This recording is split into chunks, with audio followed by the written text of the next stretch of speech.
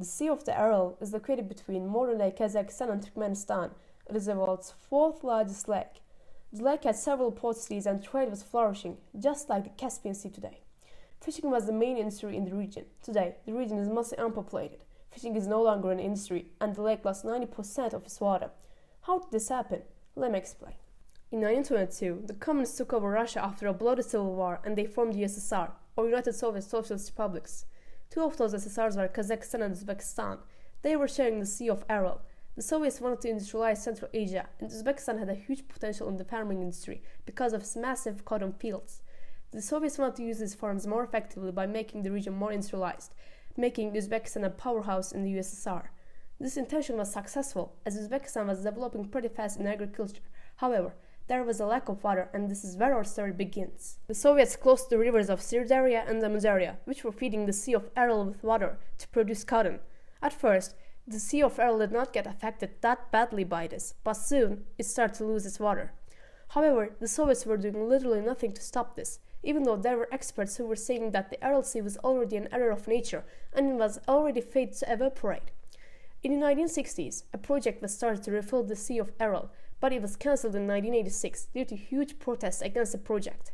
Soon, the Aral Sea was reduced to rubble, and this was developed into the Aral Sea. However, the outcomes have not been the best for Uzbekistan.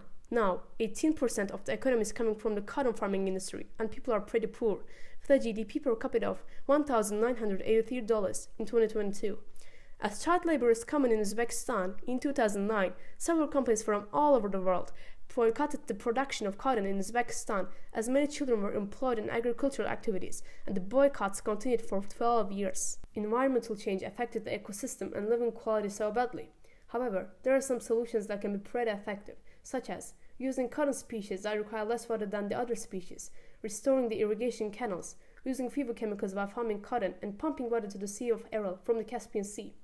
With the help of the UNDP funds, Kazakhstan started to use energy-efficient technologies, such as laser leveling or irrigation optimization.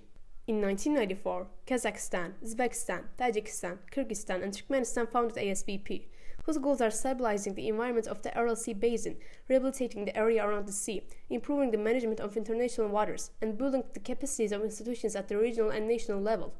These countries also agreed to spend 1% of their GDP to refill the lake. Today, the northern Aral Sea started to restore itself and its water levels increased significantly. Meanwhile, the southern Aral Sea is left to its fate and lost most of its water. What happened to the Aral Sea must be a reminder to us that industrialization affects nature quite severely.